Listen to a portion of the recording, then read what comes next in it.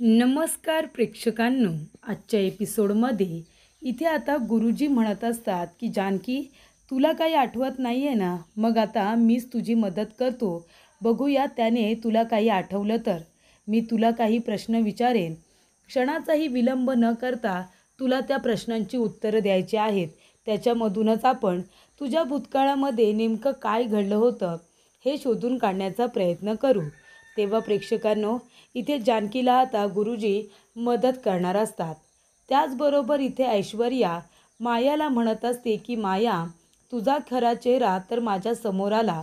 आता मला मास्कमॅनच्या चेहऱ्यामागे त्याचा नेमका खरा चेहरा काय आहे हे सुद्धा मला आता जाणून घ्यायचं आहे. मला सांग, मास्कमॅनच्या मागे खरा चेहरा कुणाचा आहे ते. तेव्हा माया म्हणत असते, जो तुझा वेलविशर आहे, जो तुला इतकी मदत करतो, त्याच्या मास्कच्या मागे नेमका खरा चेहरा कुणाचा आहे हे तुला माहितीसुद्धा नाही आहे. तेव्हा ऐश्वर्या म्हणते, नाही ना गं, मला नाही माहिती. मास्कमॅनच्या चेहऱ्यामागे खरा चेहरा कुणाचा आहे हे मला माहिती नाही आहे. तेच तर मला जाणून घ्यायचं आहे ना, म्हणून तर मी तुला इथे बोलावलं आहे. तेव्हा आता जास्त वेळ वाया घालवायचा नाही. मला खरं खरं सांगायचं, त्या मास्कमॅनचा आणि जानकीचा काय संबंध आहे? भूतकाळामध्ये असं काय घडलं आहे ज्याच्यामुळे तो मास्कमॅन इथे जानकीला त्रास द्यायला आला आहे? हे बघ, मला एवढं तर माहिती आहे की मास्कमॅन आणि तुझं काहीतरी कनेक्शन आहे, म्हणून तर त्या रणदिवेंच्या इथे राहून तू त्यांना त्रास देतेस ना. त्यांच्या इथे काय घडतं आहे काय नाही सगळी माहिती तू मास्कमॅनला देतच असशील. याचा अर्थ तू सुद्धा त्या रणदिवेंची दुश्मन झालीस ना. त्यामुळे मला खरं खरं सांग, जानकी आणि त्या मास्कमॅनचा काय संबंध आहे ते मला सगळी माहिती सांग तू. त्यानंतर प्रेक्षकांनो, गुरुजी जानकीला आपले डोळे बंद करायला सांगतात आणि मग तिला प्रश्न विचारतात. ते म्हणतात की तुझं आता सगळ्यात महत्त्वाचं स्वप्न. तेव्हा जानकी म्हणते की माझ्या ओवीचं भविष्य मला चांगलं घडवायचं आहे. त्यानंतर प्रेक्षकांनो, इथे गुरुजी विचारतात की तुझं प्रेम. प्रेम म्हटल्यानंतर ऋषिकेश, तुझं आवडतं ठिकाण तर माझं घर. त्यानंतर तुला कुठल्या गोष्टीची भीती वाटते? मला माझ्या कुटुंबापासून दूर जाण्याची भीती वाटते. माझी आई माझ्यापासून दूर जाण्याची मला भीती वाटते. तुझं शिक्षण किती आहे? तर जानकी म्हणते की MBA. तुझा आवडता रंग हिरवा. त्यानंतर तुझं लग्न असं विचारल्यानंतर इथे आता जानकीचे डोळेच मोठे होतात. जानकी इथे आता एक सिम्बॉल काढण्याचा प्रयत्न करत असते आणि त्याच्यामध्ये तो हार्ट शेप आणि त्याच्यामध्ये तो गुणिले असं तिने सिम्बॉल तयार केलेलं असतं. तेव्हा इथे गुरुजी विचारतात की लग्न जानकी, लग्न? तेव्हा जानकी म्हणते मकरंद. तेव्हा इथे मकरंदचं नाव आता पुढे आलेलं असतं. तर हा तोच मकरंद आहे प्रेक्षकांनो, जो इथे जानकीबरोबर जबरदस्तीने लग्न करण्याचा प्रयत्न करत होता. हा तोच मकरंद आहे. तेव्हा इथे गुरुजी म्हणतात मकरंद. तेव्हा जानकी म्हणते मकरंद परत आलाय. त्यानंतर प्रेक्षकांनो, इथे ऐश्वर्या म्हणते, सांग ना गं, त्या जानकीचा आणि त्या मास्कमॅनचा नक्की संबंध काय आहे? तेव्हा इथे मास्कमॅन याच्याबद्दल माया जास्त काही बोलत नाही. ती फक्त एवढंच बोलते की हे बघा, मला त्यांच्याबद्दल जास्त काही माहिती नाही आहे, पण एक गोष्ट मी तुम्हाला सांगते, हा मास्कमॅन आहे ना, तो जानकीचा भूतकाळ आहे आणि तो मास्कमॅन त्या जानकीला त्रास देण्यासाठी, तिला धडा शिकवण्यासाठी परत आलेला आहे. मी आता फक्त तुम्हाला एवढंच सांगू शकते. तेव्हा ऐश्वर्या म्हणते, पण का? जानकीला त्रास देण्यासाठी तो मास्कमॅन का परत आलाय? भूतकाळामध्ये असं काय घडलंय? त्या जानकीने त्याला काही त्रास वगैरे दिलाय का? सांग ना. तेव्हा इथे माया म्हणत असते, हे बघा, मला सगळंच सत्य माहिती नाही आहे. मला जे माहिती आहे ते मी तुम्हाला सांगितलं आहे की नाही. हे बघा, तुम्हाला जर पूर्ण सत्य जाणून घ्यायचं असेल तर मला थोडा वेळ द्या. हवं तर संध्याकाळपर्यंतचा वेळ द्या. मी तुम्हाला संध्याकाळी सगळं काही भेटून सांगेन. पण आत्ता मला जाऊ द्या. मला आत्ता तुम्हाला सगळं सत्य सांगता येणार नाही आहे. तेव्हा ऐश्वर्या म्हणते, पण का? आत्ता जर मला सगळं सत्य सांगितलंस तर काय बिघडलं? तेव्हा इथे माया म्हणत असते, आणि जर मी तुम्हाला नंतर सत्य सांगितलं तर काय बिघडलं? काही बिघडणार नाही आहे ना. त्याच्यामुळे आता मला तुम्ही संध्याकाळपर्यंतचा वेळ द्या. मी तुम्हाला सगळं काही सांगेन, पण आत्ता मला जाऊ द्या. आत्ताच मी तुम्हाला सगळं काही नाही सांगू शकत. तेव्हा ऐश्वर्या म्हणते, ठीक आहे, मी तुझ्या शब्दांचा मान राखते. संध्याकाळपर्यंतचा वेळ मी तुला देते, पण एक गोष्ट लक्षात ठेवायची, संध्याकाळी येऊन मला जानकी आणि त्या मास्कमॅनच्या भूतकाळाबद्दल सगळं काही सांगायचा. मी आत्ताच सांगते तुला. आणि जर तू मला इथे दिलेला शब्द पाळला नाहीस आणि जानकी आणि मास्कमॅनचं सत्य सांगितलं नाहीस, तर माझ्याकडे जे फोटोज आहेत ना, ते फोटोज मी लगेच जानकीला पाठवे ना. तुझं सत्य मी त्या जानकीला सांगेन. तू त्यांच्या घरामध्ये कशासाठी राहतेस ना, हे सुद्धा सांगेन. कळलं तुला? त्यानंतर प्रेक्षकांनो, माया आता तिथून निघून जाते. तेव्हा इथे लता रडत बसलेली असते. लताला या गोष्टीचं वाईट वाटत असतं की तिच्यामुळे कुठे ना कुठेतरी नकळतपणे का होईना तिच्यामुळे जानकी आणि तिच्या कुटुंबाला त्रास होत असतो. खरं तर लतामुळे काही झालेलं नाही आहे प्रेक्षकांनो. ही म्हातारी आजी आणि ती ऐश्वर्या यांच्या कट कारस्थानामुळे हे सगळे दिवस त्यांचे फिरलेले आहेत. इथे आता तसं बोलायला गेलं तर लताची काही चूक नाही आहे. जानकीला बिचारीला या म्हाताऱ्या आजीने फसवले, कारण प्रॉपर्टीचे पेपर तिने चेंज केले आणि ते ऐश्वर्याला नेऊन दिले. त्यामुळे प्रेक्षकांनो, सगळी आता गडबड ही उडालेली असते. तेव्हा प्रेक्षकांनो, इथे आता लता मात्र स्वतःला जबाबदार ठरवत असते. ती म्हणते की माझ्या एका चुकीमुळे माझ्या मुलीची आणि तिच्या कुटुंबाची ही कसरत सुरू आहे. तेवढ्यातच तिथे आता लताचं मन येतं. ते म्हणतं, काय गं लता, काय झालं? आता का रडत कुडत बसली आहेस? अगं, इथे रडत बसून काय होणार आहे? तुझ्या मुलीची जी अवस्था आहे ती काय चांगली होणार आहे का? तुझ्या मुलीची अवस्था ही तुझ्याचमुळे तर आता बिकट झालेली आहे. त्यामुळे प्रेक्षकांनो, इथे आता लता ही रडायला लागते आणि म्हणते, हो मला माहिती आहे, हे सगळं माझ्यामुळे झालं, मला माहिती आहे. कारण इथे बिझनेस करायचं म्हटलं तर आता कर्ज मिळत नाही आहे. त्यानंतरला कर्ज मिळत नाही आहे, कुणी मदत करत नाही आहे. स्वतःचे पैसे आहेत पण ते काढता येत नाही आहेत. इथे आता रणदिवे असूनसुद्धा त्यांची अवस्था बिकट होत चालले. तेव्हा इथे आता लताचं मन म्हणत असतं, मग आता काय करणार आहेस तू, सांग ना. तुझ्यामुळे तुझ्या मुलीचे हे दिवस आलेत, तू करणार तरी काय आहेस? चांगलं हसतं खेळतं कुटुंब तुझ्यामुळे उद्ध्वस्त झालं. त्यानंतर प्रेक्षकांनो, इथे लता म्हणत असते, काय करू मी, काय करू?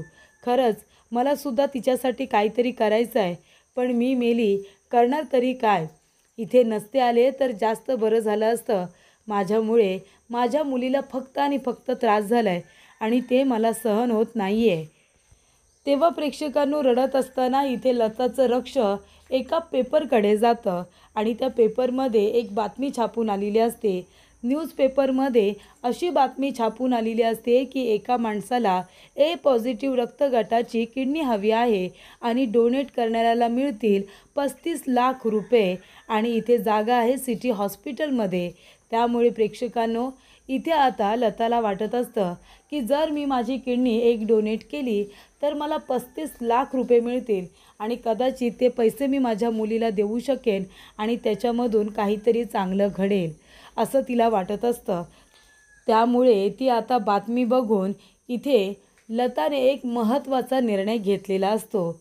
त्यानंतर प्रेक्षकांनो, ऐश्वर्या आता घरी आलेली असते. तेव्हा इथे सयाजी विखे पाटील म्हणतो, ऐशू बेटा, अगं कुठे गेली होतीस तू? तेव्हा ऐश्वर्या म्हणते, डॅडा, मी म्हणाले ना तुम्हाला, मी मायाला भेटायला गेले होते आणि मायाला मी विचारलं की त्या मास्कमॅनचा आणि त्या जानकीचा काय संबंध आहे. तर तिने फक्त मला एवढंच सांगितलं आहे की भूतकाळामध्ये अशा काही गोष्टी घडल्यात ज्याचा बदला घेण्यासाठी मास्कमॅन परत आला आहे आणि तो फक्त जानकीला त्रास द्यायला आला आहे. त्यामुळे आता भूतकाळात नेमकं काय घडलं होतं हे मी त्या मायाला विचारलं, पण तिने मला काही सांगितलं नाही. ती म्हणाली की संध्याकाळी भेटून तुला सगळं काही सांगेन, नक्की काय घडलं होतं ते, पण आता मी सांगू शकत नाही आहे, असं ती म्हणाली. तेव्हा प्रेक्षकांनो, इथे आता सयाजी विखे पाटील म्हणत असतात की आयशू बेटा, अगं तुला कळत नाही आहे का, त्या मायाच्या बोलण्यावरती विश्वास ठेवू नकोस, नाहीतर ती माया आहे ना, ती तुला फसवायलासुद्धा मागे पुढे बघणार नाही. तुला माहिती आहे ना, ती माया आणि मास्कमॅन हे दोघेजणं काहीही करू शकतात. तेव्हा प्रेक्षकांनो, इथे ऐश्वर्या म्हणत असते, डॅडा तुम्ही नका काळजी करू, हे बघा काहीसुद्धा होणार नाही आहे. तो मास्कमॅन आहे ना, माझं काही वाकडं करू शकणार नाही. त्याला माहिती आहे कुठे ना कुठेतरी माझी सतत त्यांना मदत होत असते. तेव्हा सयाजी म्हणतो, पण तरीसुद्धा त्या मायावरती विश्वास ठेवू नकोस. त्या रणदिवेंच्या घरामध्ये राहून ती त्यांना धोका देते. तर तुला धोका द्यायला काय मागे पुढे बघणार आहेत का ते? त्यामुळे तू अलर्ट राहा. तेव्हा इथे ऐश्वर्या म्हणते, डॅडा तुम्ही नका काळजी करू, मी बरोबर त्या माया आणि त्या मास्कमॅनला बघते.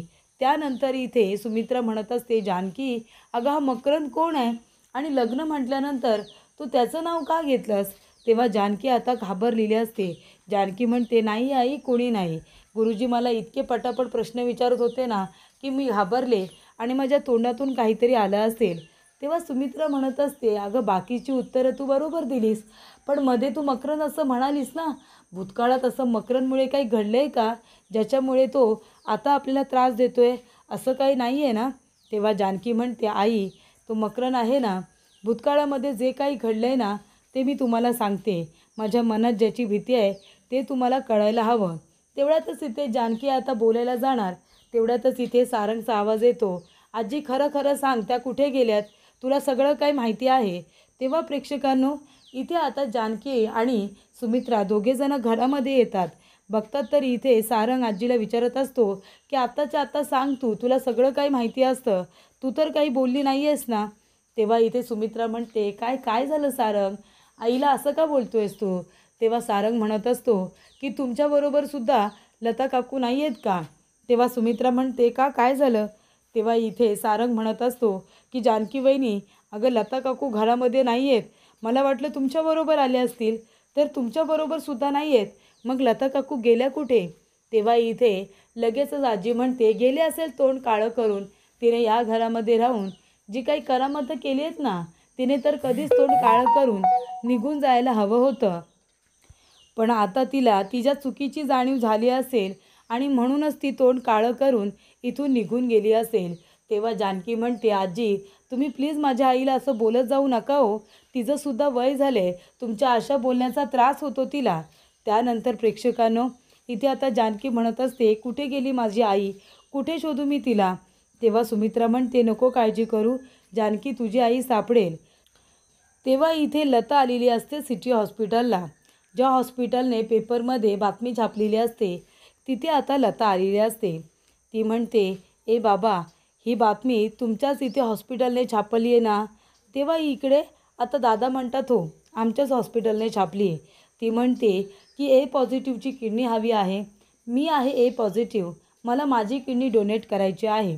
तेव्हा इथे दादा म्हणतात, अहो पण काकू तुमचं वय खूप जास्त आहे, तुम्ही इथे किडनी डोनेट नाही करू शकत. तेव्हा इकडे आता लता म्हणत असते, हे बघा मला माझी किडनी स्वतःहून डोनेट करायची आहे. अरे बाबा आता माझे राहिलेतच किती दिवस, हे बघ माझं आता जगून पूर्ण झालं आहे, माझं जग बघून झालं आहे, त्याच्यामुळे मला आता जगायचं नाही आहे. ह्या म्हातारीला काय हवं आहे? आणि जर माझ्यामुळे एखाद्या व्यक्तीला जीवनदान मिळत असेल तर मला किडनी डोनेट करण्यात काहीच प्रॉब्लेम नाही आहे.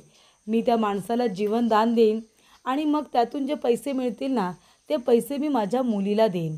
माझ्या मुलीला पैशांची खूप गरज आहे रे, आणि ह्या अडचणीत मी नाही तिला मदत करणार तर कोण करणार?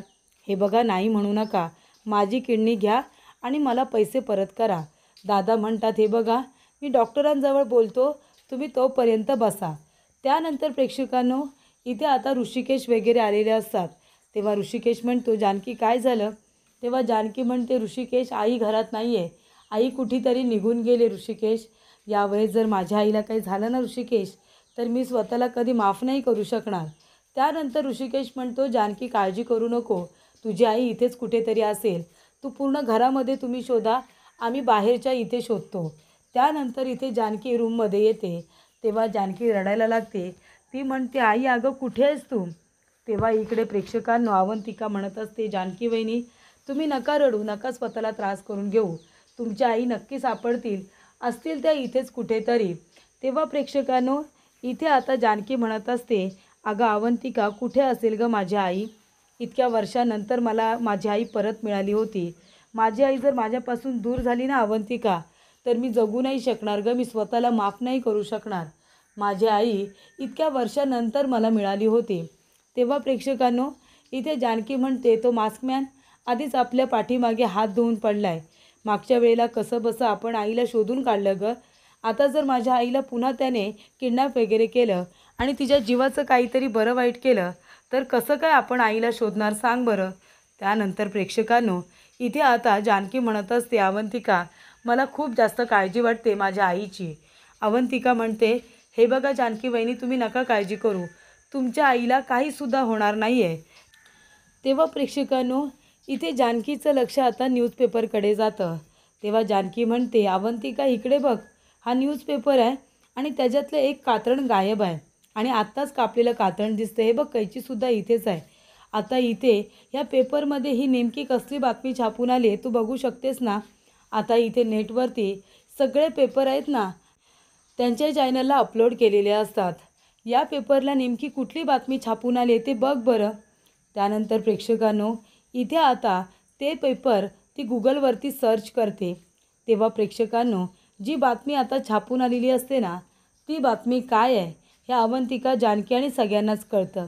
कारण इथे किडनी डोनेशनसाठी आता लता गेलेली आहे हे आता त्या बातमीवरून कळलेलं असतं.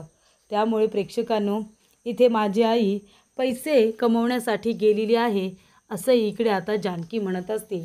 कारण आपल्याला पैशांची गरज आहे आणि त्या बिचारीला मदत करता येत नाही आहे, म्हणून माझी आई किडनी विकायला गेले, किडनी डोनेट करायला गेले असं जानकी म्हणते. त्यानंतर प्रेक्षकांनो इथे आता सारंग म्हणत असतो की वहिनी तिथे ॲड्रेससुद्धा आहे, चल आपल्याला लवकरात लवकर त्या ॲड्रेसवरती जायला हवं. तेव्हा ऋषिकेश म्हणतो, जानकी काय झालं? जानकी म्हणते, ऋषिकेश आई हॉस्पिटलला गेले, ती किडनी डोनेट करायला गेले. ऋषिकेश आपल्याला पैशांची गरज आहे ना, म्हणून गेली आहे ती. ह्या वयात आईने हा निर्णय कशाला घेतला? तेव्हा ऋषिकेश म्हणतो, जानकी वेळ वाया घालवायला नको, आपल्याला आधी हॉस्पिटलला जायला हवं, त्यांना जाऊन थांबवायला हवं. त्यानंतर प्रेक्षकांनो जानकी म्हणते, ऋषिकेश जर माझ्या आईला काही झालं ना तर मी स्वतःला कधी माफ नाही करू शकणार. तेव्हा प्रेक्षकांनो इथे आता ऋषिकेश म्हणत असतो, तुझ्या आईला काही नाही होणार, आपण जाऊन त्यांना थांबूया. तेव्हा इथे आता लताला ॲडमिट करून घेतलेलं असतं. तेव्हा तिचे सगळे रिपोर्ट्स वगैरे केलेले असतात. तेव्हा सिस्टर म्हणत असतात की तुमचा BP वगैरे सगळं काही अगदी व्यवस्थित आहे, काही प्रॉब्लेम नाही आहे. तेव्हा दादा म्हणतात, फक्त एकच अडचण आहे की तुमचं वय जास्त आहे. तेव्हा इथे लता म्हणत असते, ए बाबा, अरे असू दे माझं वय जास्त, मला काही झालेलं नाही आहे, मला काही धाड वगैरे भरलेली नाही. मी तुम्हाला सांगते ना की तुम्ही माझी किडनी घ्या, मला काहीच प्रॉब्लेम नाही आहे. आणि तसंही माझ्यामुळे कुणाला तरी जीवनदान मिळणार आहे ना, ते तुम्ही बघा. त्यानंतर प्रेक्षकांनो इथे डॉक्टर येतात आणि म्हणतात की हे बघा, तुमचे सगळे रिपोर्ट्स मी चेक केलेत, काही प्रॉब्लेम नाही आहे, पण ऑपरेशनच्या आधी जर तुम्हाला तुमच्या नातेवाईकांना भेटायचं असेल तर तुम्ही भेटू शकता. तेव्हा लता म्हणत असते, माझे कुणीच नातेवाईक नाही आहेत, मला फक्त एक गोड मुलगी आहे जानकी, पण तिला मला सांगायचं नाही आहे की मी किडनी डोनेट करते, त्यामुळे हा वैयक्तिक माझा निर्णय आहे. त्यानंतर प्रेक्षकांनो इथे आता लता म्हणत असते, आणि जर ऑपरेशनच्या दरम्यान मला काही झालं तर ती सर्वस्व माझी जबाबदारी असेल असं प्रेक्षकांनो लताने आधीच फॉर्मवरती सही करून लिहून दिलेलं असतं. त्यानंतर प्रेक्षकांनो इथे आता डॉक्टर म्हणतात, ठीक आहे, हे बघा मॅडम, आता तुम्ही 24 तास इथे ॲडमिट राहायचं आणि ऑपरेशन आता होणार नाही, ऑपरेशन 24 तासानंतर होणार, ठीक आहे. तेव्हा इथे आता लता म्हणत असते, ठीक आहे, ऑपरेशन लवकरात लवकर तुम्ही करून घ्या. त्यानंतर प्रेक्षकांनो इथे लता म्हणत असते की नातेवाईकाचं नाव कशाला लिहू? ती म्हणते, अहो आम्हाला जर कुणाशी संपर्क वगैरे करायचा असेल तर कुणाचं तरी नाव नको का? लिहा, तुमच्या मुलीचं नाव लिहिलं तरी चालेल. तेव्हा लता म्हणत असते की जानकीचं नाव, ती तर रणदिवे आहे, आणि जर जानकी रणदिवे लिहिलं तर इथे तर सगळेजण त्यांना ओळखत असतील, आता कसं काय इथे जानकीचं नाव लिहू? तेव्हा ती विचार करत असतानाच त्या ठिकाणी आता जानकी येते. ती म्हणते, लिही ना आई, लिही, आता या फॉर्मवरती तुझ्या मुलीचं नाव लिही, जानकी ऋषिकेश रणदिवे. आता का शांत बसली आहेस? तेव्हा प्रेक्षकांनो तिथे ऋषिकेश सारंग येतो. ऋषिकेश म्हणतो, आई हे सगळं काय आहे? तुम्ही काय हे करताय? एवढा मोठा निर्णय तुम्ही का बरं घेतला? तेव्हा जानकी म्हणते, आई हे सगळं करायची काय गरज होती? एवढं मोठं महान काम करायला आली आहेस का तू? इथे तुझी किडनी डोनेट करायला आली आहेस ना तू? कशासाठी? तर तुझ्या लेकीला पैसे देता यावेत म्हणून तुला स्वतःची ह्या वयात किडनी डोनेट करायला लागते. तेव्हा प्रेक्षकांनो जानकी म्हणत असते, आई तुला हे सगळं करायची खरंच काही गरज नाही आहे, तरीसुद्धा तू एवढा मोठा निर्णय का घेतलास? त्यानंतर प्रेक्षकांनो, सुमित्रा म्हणत असते की हे संकट तेव्हा संपेल ना, जेव्हा जानकी सांगेल तिच्या भूतकाळात नेमकं काय घडलं होतं. तिचा भूतकाळ आता आपल्याला इथे त्रास द्यायला आला आहे. त्यामुळे जानकी सांग, भूतकाळात नेमकं काय घडलं होतं ज्याच्यामुळे हा त्रास होतो आहे. तेव्हा ऋषिकेश म्हणत असतो की जानकी, कुणाला काही सांगायची गरज नाही आहे. भूतकाळात जे काही घडले ते कुणालाही सांगायची गरज नाही आहे. त्यानंतर प्रेक्षकांनो, इथे जानकी आता घाबरलेली असते. सगळ्यांना आश्चर्य वाटतं की नेमका जानकीचा भूतकाळ एवढा आहे तरी काय. त्यानंतर ऐश्वर्या म्हणत असते की आज मला माया संध्याकाळी भेटली की ती मला सांगणार आहे की नेमकं इथे जानकी आणि मास्कमॅन यांच्या भूतकाळात काय घडलं आहे. त्यानंतर इथे माया म्हणत असते की ऐश्वर्याचं काय करू. ही ऐश्वर्या आता हात धुवून पाठीमागे पडले, पण आज रात्री ह्या ऐश्वर्याचा बंदोबस्त केलाच पाहिजे, असं इकडे आता माया म्हणत असते. तेव्हा प्रेक्षकांनो, इथे माया ऐश्वर्याला भेटायला आलेली असते. तेव्हा ऐश्वर्या तिला बघून खूप जास्त खुश होते, तर माया तिचा काटा काढण्यासाठी आलेली असते.